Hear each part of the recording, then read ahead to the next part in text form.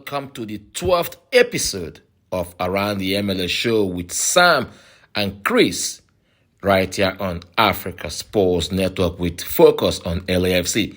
And today we are honored and privileged to have in our midst Field Monster 35, host of Defenders of the Bank podcast. Welcome to the program. Oh, Sam, Chris, I appreciate you guys having me on the show. I'm really excited. As I mentioned to you earlier, thank you for breaking up the monotony of my day. It's so good to be on the show. So good talking about something I'm passionate about, which is the sport of football. And of course, my favorite club, LAFC.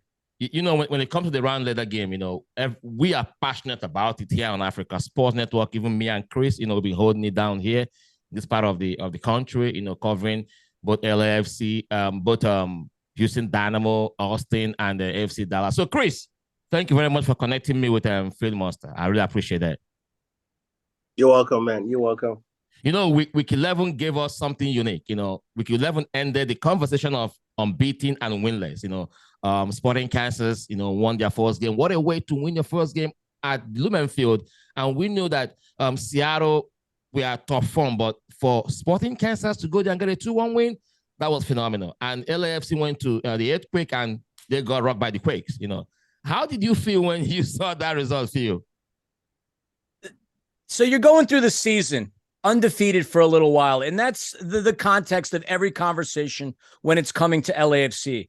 And you knew at some point that things were going to kind of slow down a little. Somebody might catch LAFC sleeping. They had a couple of games in which they didn't have a good run of form, and they somehow squeaked out a tie, squeaked out a couple of wins. So it was bound to happen. And with all of these games that LAFC is going to be playing this year between CONCACAF Champions League, U.S. Open Cup, this Leagues Cup, the Campeones Cup, there's going to be a lot more games this season that the teams ever played. So as a result of that, you knew the form was going to pull back a little bit. I'm happy that it came against San Jose, though, and not against Galaxy in Galaxy. Chris. Feel the spirit. I told you every time that, Galaxy is the worst team to want to lose to if you're an LAFC fan. You don't want even hear it in your ears losing to the Galaxy. So the more Galaxy go down, the more excited we are because that's like the worst team in the MLS. You know what I mean? And LAFC at top. You know what I mean? So it's just tradition, Sam. It's just tradition. It's just how it works in the LAFC community. That's just how it is. It seems I'm the neutral one here. You LAFC, it's LAFC. I'm just in between. I'm just sitting on the fence right here. Just like you said, when you go through the Champions League, the League Cup, the League Cup, the US Open Cup, the league games and everything, I call it a lot of diminishing performance.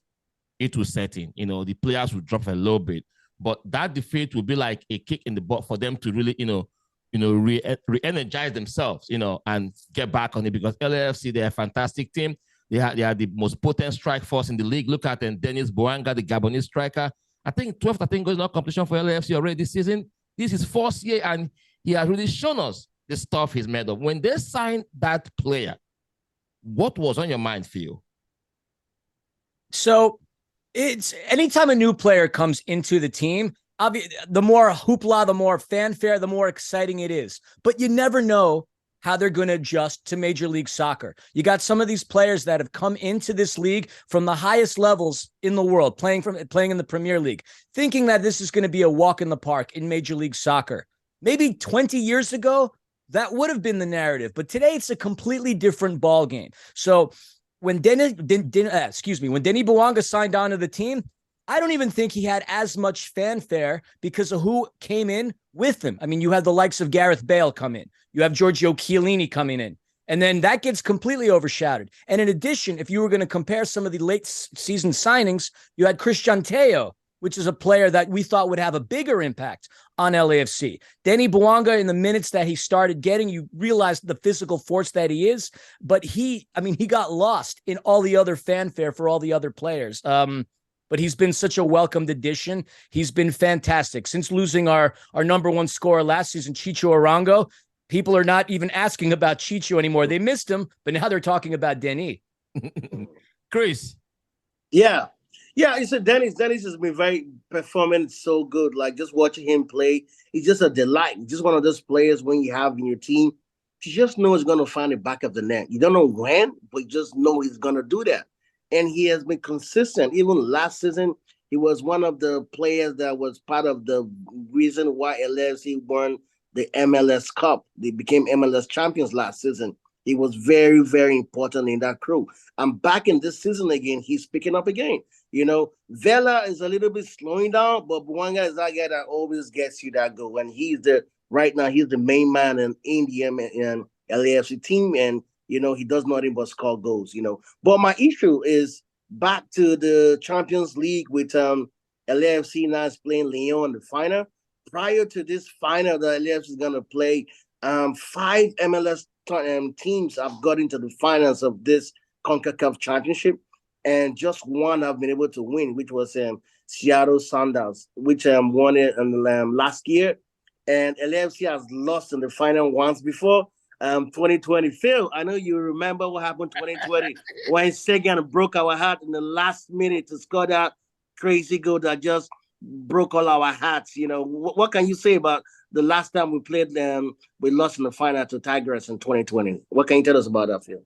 So the game, I think, was really won or lost in the previous game between LAFC and Club America. And what I mean by that is there was a very crucial red card issued on Edward Atuesta from an interaction that he had with Club America's keeper, Memo Ochoa.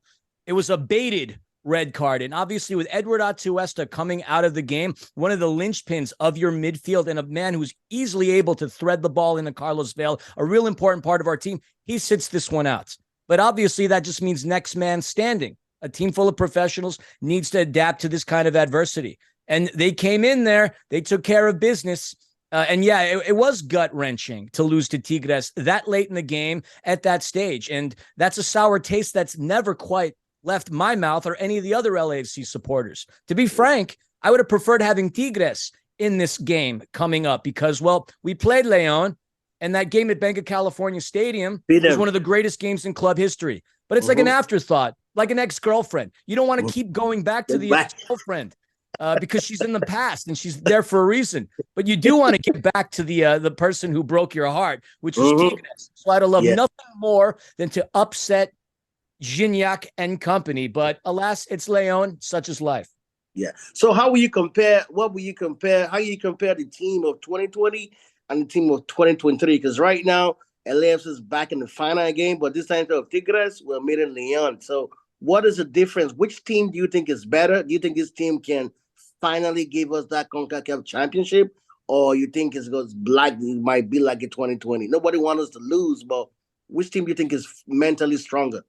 2020 obviously was a crazy year. I mean, we went through COVID. We went through all kinds of other adversities. Carlos Vela wasn't very much part of that team. He didn't go down to Orlando for the MLS is back tournament. So that was a season that was kind of marred with a lot of other craziness and insanity. And one thing that we don't talk about is how it affected the players mentally and emotionally. Like that was a factor in it. But that being said, you compare even the 2019 Supporters Shield champion LAFC team to this one, and I think this is a better team because they're much better defensively. Throughout the course of Bob Bradley's tenure, the defense was a little, I don't want to say Swiss cheese, but they allowed in just a lot of goals compared to how many goals they would score. This team, on the other hand, has seemed to figure it out defensively, and they don't allow as many goals as other teams in the past. And they've also, more importantly, improved upon things like set-piece defense. I think this team is a lot better. And Denis Bouanga is actually playing on the same, if not a similar level that Carlos Vela was in 2019 when he was having a record-breaking season.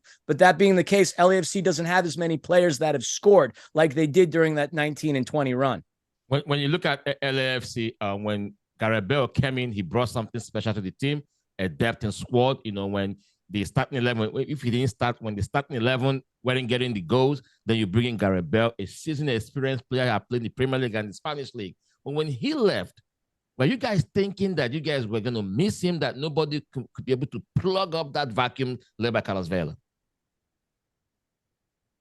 I can't say I was going to, with Gareth Bale leaving, I mean, to me, he was well worth the $1.5 million the team paid him. And if we only had to pay him $1.5 million for that goal that he scored against Philly, I would have done it twice. It was the best goal, one of the most exciting games I've ever seen. And coming from a player of his stature, Well, it's no surprise that he moved to Los Angeles because he has a home here. He always vacations here. So it makes sense for him to come here. But then what do you do afterwards? He already hit some of the highest levels of his career. He goes out like a champion with an MLS Cup for that short cup of coffee that he had here. Then he goes off to represent Wales in the World Cup for the first time since the 50s, even scoring a goal for the first time for Wales since they played Brazil. I think it was 54 or 58. I don't recall exactly, but good for him. I didn't expect him to have him a lot longer. But then you have Carlos Vela coming back, who, I mean, I like that. Carlos Vela, while, like Chris said, he has slowed up, he's still leading the team in assists, and he's still a very potent figure on offense. I mean, the man's brilliant. The way he passes the ball, the way he sees the field, the way he anticipates it. I mean, it's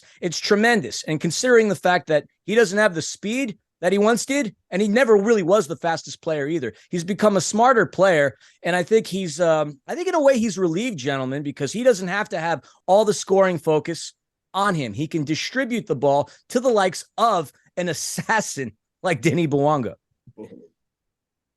Chris, you guys are LAFC fans, so you guys are 2 against 1.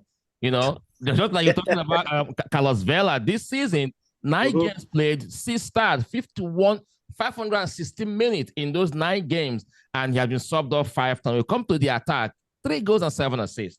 3 goals from 7 shots on target, 21.4% conversion rate. So even though he has slowed down, but when he's on the pitch, it draws attention away from other players to do the damage. And I will call him the Prince of LA. No doubt. What's his name? Vela is the star of LAFC anytime, any day. He's the biggest signing in the history of LAFC when he came in during the inaugural signing of LAFC when he just started. He has always been the face of LAFC, and he has been consistent. He has been that man that has carried the team behind his back when the chips were down, But during through this time around, is why I said he's slowed down. It's not because he's a slow down performing, but he's slowed down from scoring goals, which Dennis Bouanga is coming, because the main focus all the time in play LFC, it has to be Vela. They kick him out. Once you lock Vela out, it's difficult for the team to perform. Yeah. But now the dynamics of the game has changed. Vela is still very dangerous, but he's not the main focus anymore on the team. So which has removed a little bit of burden from him, but even make him more dangerous because now he knows when to step in to get it goals. And the goals he's scored so far this season have been very crucial goals. He has been stepped out when the team have needed those goals more. And players like that are the kind of players you want to have in your team week in, week out to step up when it chips it down. No, when you look at Bob Bradley and Steve, which of them will you say have that great tactical, attack-minded coach, Bob and Steve? It's a tough question because LAFC still is very much attack-minded. I mean, when the club was constructed by John Thorrington and Will Kuntz, it's now with the Galaxy, actually, the idea was to create a beautiful, exciting brand of football. So Bob was the architect for that. And we can see right now he's not quite successful in a dual role in Toronto. I mean, everybody wants his head on a platter right now. So in a way, it's kind of good that we don't have him.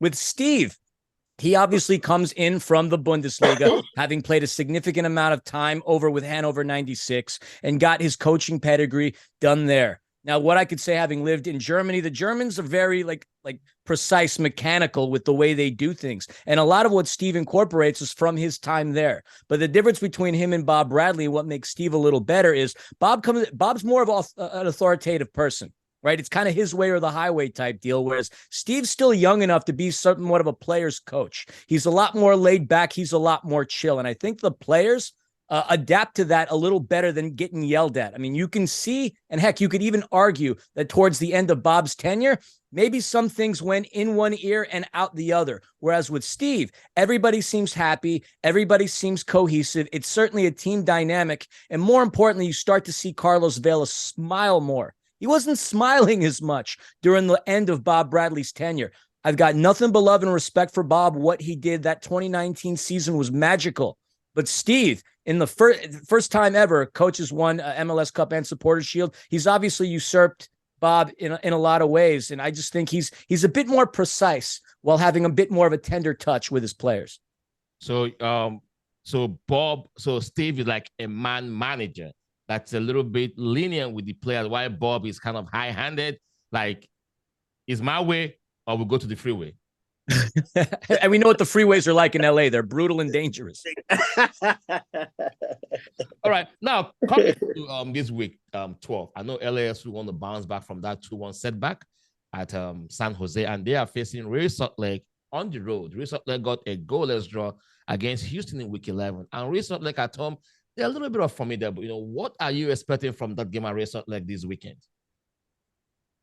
I mean, RSL's a team that's below the playoff line that is having their fair share of struggles themselves. And LAFC's got a lot of sights set on what they're looking to do in the CONCACAF Champions League. They've got a brutal gauntlet between this weekend and May 31st, if you look at it. They're playing Real Salt Lake, which I expect for them to win. Sandy, Utah has never been a great place for us, and Real Salt Lake has had a tendency to beat us. But nonetheless, I still expect this team to adjust to the elevation that's there and to go in there and come out with a win. From there, they get to play Sporting Kansas City, and then they've got a couple other matches. Leon, totally on break between now and May 31st. So I continue to expect LAFC to win, even when we don't expect them to win, Sam and Chris.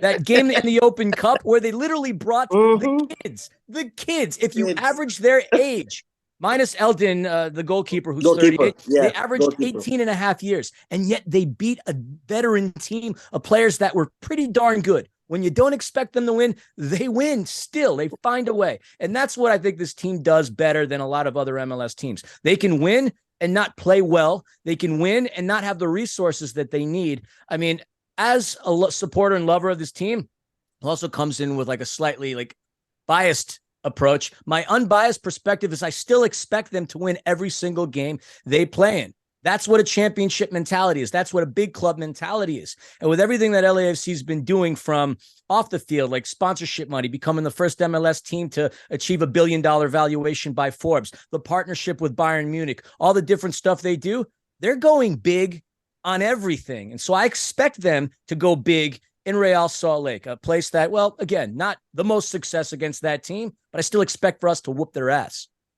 Let's expect LAFC to whoop Real Salt Lake ass. Chris, when you look at just what he said, LAFC hasn't, I think they've beaten Real Salt Lake, I think 3 times or over 10, 11 games. But the fact is that they have that mentality that any game they go into is going to be a W. Chris, what's your take on that? Yeah, as you said already, it's the mentality of LAFC. It's, you understand the culture of the team is very fundamental in the success of the team. It's from the players to the coaching crew to the fans. It's all the collective effort that makes LAFC unique, special, different, and the best team in the MLS. Not just talking about money, about being a $1 billion award valuation by Forbes, but just the way it's being nurtured is very different from any other American MLS team. It's MLS. LAFC is like a combination of Madrid and Bayern Munich. From the mentality to the structure and ground. You can just see the kids that just won the US Cup. It shows that there's something working for the team. There's something management that put in these players, not just the senior team, but down to the academy. There's something that they're teaching them that every other person do not have access to, that they don't know. So the culture is great. So LAFC, every game, anytime, any day, we all want LAFC to win. We all know that they have to win because it's not just about bragging. They have the players. They have the muscle to bulldoze and win anybody on the ground. If you want to check out LAFC roster, all the players are playing very well. I know we spoke about Dennis, but we have Acosta in that team as well. We have great players like Cellini. We have players like Fall. We got players like so many talented players in that team, that Opaku, that can surprise anybody anytime, any day. That is a championship team, man. Who knows, with the way they are going, regardless of the setback of the defeat last week, LAFC, who knows, might just go on and become MLS champions again this season. They have what it takes. They have the team to make that happen. Yeah, you just mentioned a player I was about to talk about, Kwado Opoko, the Ghanaian player. This season, I think it's like a P that just busted out of the board. Like, you will see his assist, and in the Champions League, he also got goals. Do you think Opoku's contributions has not really been elevated to where he should be in the team? I think from where he came from, which is literally nowhere, to where he is now, it was an impressive story. I mean, here's a young man who came into LAFC as a trialist, wasn't expected to crack the roster, got situated with COVID, worked his tail off, and Bob gave him a roster spot. And he's just been such a joy to have on this club. There's got to be something in the water at Accra, Ghana, that brings us these players that have so much joy and passion for the game. Of course, I'm talking about one of Chris's friends and favorite players, Latif. But I love Mahala. It's interesting to see him from the position of coming off the bench. He certainly adds that energy that a Latif Blessing did. But I think that between now and the time Stipe Buke really sits and adjusts, I really feel Mahala should be the starter. But with so much focus coming in towards Denny Bouanga, obviously he's going to get get a lot less shots. Has he contributed? Can he contribute more? Everybody could always contribute more, but like he says, small boy, big God. He's got a lot of passion and a lot of heart, and I think he's going to be a crucial part of our Champions League run, as he has. I mean, he scored that goal against Cruz Azul in the last time around. I mean, he's a big time player that comes up in big time moments. I have no doubts that between now and the time we beat Leon, we'll see a Kwadwo Mahala Opoku goal within one of those two games. Yes, Kwadwo Opoku, 9 games this season, 7 starts, 611 minutes. He has gathered in those 9 games for LAS. When it comes to his ball distribution, 76.8% success rate, and also a total of 142 passes. Small guy, big heart. He knows how to, and very dignity, the way he makes his runs, very difficult to catch. Kwadwo Opoku, from my Ghanaian African brother, give it to him. African Giant. I should have played that song for him, but I played later, African Giant. So, overall, when you look at LAFC, let's say now we take LAFC now to the Premier League. Do you think they can hold their own in the Premier League? It's tough to compare apples to oranges and cantaloupes to watermelons. Would they compete in the Premier League? Let's put it this way. To be fair, I don't think they would be a club that would land in the relegation zone. But it's still very tough to compare them with the likes of the top 6 that are there. You're talking about teams that have no salary caps, teams that spend an awful lot of money competing against a team that has, restrictions in terms of the amount of money and the amount of players that they can bring in. But that being the case, I do think they could be a mid-tier team within the Premier League and maybe get an upset win against the likes of an Arsenal, certainly a Tottenham. And a Liverpool. And a Liverpool today, not a Liverpool a couple of years ago. No, they cannot. You just made something now that just piqued my interest. Salary caps and number of players you can bring. How has that helped the MLS? Because when I look at the MLS, when a team performs woefully in a season, they get rewarded with the first draft pick from college. And who says that fine talent from college want to go to that team that have been struggling all season to even finish, middle of the table? And do you think the salary cap, all the restrictions have helped the league? Help the league from a perspective of creating parity. There are no dynasties that you see these days because it's really tough to win in the way that you can. I mean, take the likes of LAFC, since we're talking about them, Chicho Arango. Here's a guy who deserved to get paid a great deal of money. Yes. Could we have made him a designated player? Sure. But I still think that he deserved a bit more money than they were willing to offer him. So when a team wins, the team's eventually going to get dismantled because you're going to have these teams from all over the world looking into poach. Why would Chicho stick around LA for $2 million when he could go down to anywhere else for more money? So I think it does create parity and a bit of excitement. I mean, LAFC could be good this year and then they struggle in the next year, as we saw from 2019 going in all the way to 2020. So it's helped the league by making things exciting and making it open for these other teams to succeed.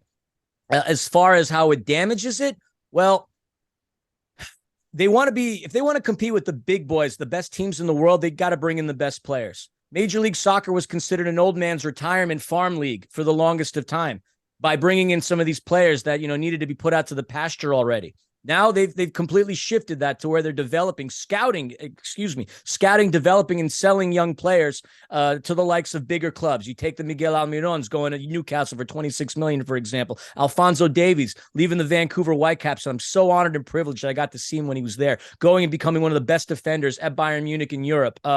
It's exciting seeing the MLS grow in that perspective. But if they're ever going to compete with the likes of the Prem, of the Bundesliga, of Serie A, of La Liga, they're going to need to open up the doors sometime soon. Now, a lot of the smaller clubs are going to be left in the dust that way, but such is life in the world of open market capitalistic football. So at the very least, what I would like to see is some slight improvements to the lower salaries, because I think the lowest salary these days is around $65,000, $67,000. That's not a lot of money, especially when you're in these big cities and with all the time. But at the very least, maybe add a fourth designated player onto these rosters just to create a little bit more excitement and have players go have the ability to bring in some more players into this league. I like seeing a Chiellini and a Bale here, but quite honestly, like, I'd rather see them like 10 years ago rather than at 38 and about ready to go compete in golf. So, Chris, what about you? Do you think when you take LAFC to like La Liga or to Bundesliga, can they compete with what he has said? Well, you need to understand the philosophy of the team first, because football is not only played physically, it's also played mentally. You need to understand how the team, how they think, and how they think is how they play, how many passes they can complete in the game. So, of course, they're not going to be first 10, but I think LAFC will not go to relegation because of how they play, the way they think, the way they move the ball, their mentality, the culture they have already. There's something going on from them. They are working with a master plan, and that is what makes a team stays on. It's not a disorganized team. They already have a structure. So any team that is structured with a little bit of luck, they can beat any team anytime, any day. That's beauty of football. Underdogs sometimes come from nowhere and surprise the world. Just like my team, Leicester did way back at the 2013 and 2012 season. But now they are back to where they belong. You know that. No. It's just one of those things. Things happen. Bad things happen. You still got 3 more games. Who knows? A miracle can happen. We just have. Everton is just 2 points ahead of us and 30 points. If we can win, I know we're beating Liverpool, but guess what? Head on head, we have a good rate of beating Liverpool. We've beaten Liverpool so many times with James Vardy in front of goal. He has a striker, top man. No, it's gonna be difficult. I know. All right, let me give this song to Kwado Opoku, African Giant. Has been doing great for LAFC. So nobody do it better than me. Can nobody do it better? Check a man see. Yeah, I want to give this one to Kwado Opoku. Kwado Opoku has been doing great stuff for LAFC, scoring goals and providing assists. Small guy, big hat from Accra, Ghana, my African brother. I give it to you, your African Giant.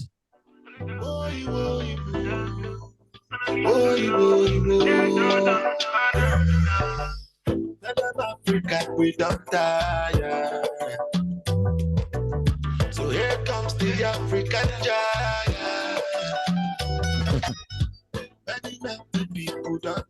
All right, so we have less than 2 minutes to wrap up this program today. So, Phil, I really appreciate you for joining us. So, what will be the last word from LA, from the bank, you want to give to our fans on the show today? Well, first and foremost, again, thank you to both you and Chris for having me on the show. It's an honor. I love talking the sport. I love talking about LAFC. So thank you for that. And I just want to say, keep an eye out on LAFC. We're not only setting trends, we're breaking hearts, and we're coming for everybody globally. This is a very exciting team and is a very indicative of the direction that Major League Soccer is going right now. Long gone are the days since 96 when we lived out in the way that we did. We're an exciting team. And if you really want to get a grasp of football culture and exciting football here in the United States, follow LAFC, in particular this season, because we're going to win that CONCACAF Champions League. We're going for that MLS Cup, and we're still here to continue to break trends, set records, and break hearts. What about you, Chris? Yeah, LAFC all the way. Anytime, any day. You can look at behind me, home and away jersey of LAFC right behind me. I'm supporting them anytime, any day. And I can't wait for this one to happen because this is going to be very special. The LAFC has never won the CONCACAF before. So when they win this one, I'm especially keeping a special victory dance for this moment when we win. It's going to be special. It's going to be great. And all the LAFC fans are going to enjoy that victory dance when it happens after beating Leon come May 31st. All right, from me to you, I really appreciate you guys. Thanks for joining us. This is Africa Sports Network, and this has been Around the MLS Show with Sam. And I have Chris and I have Phil here. Thank you very much, and have a blessed day.